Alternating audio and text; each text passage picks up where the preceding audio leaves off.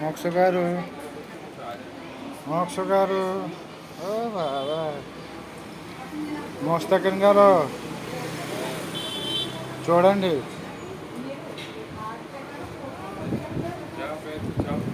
బోట్లెక్ కావాలి, వీళ్ళు వేస్తారంటే 1000లో బోట్లెక్ పంపిస్తున్నారుగా. నన్ను కూడా తీసేరా, నన్ను కూడా తీసుకురా.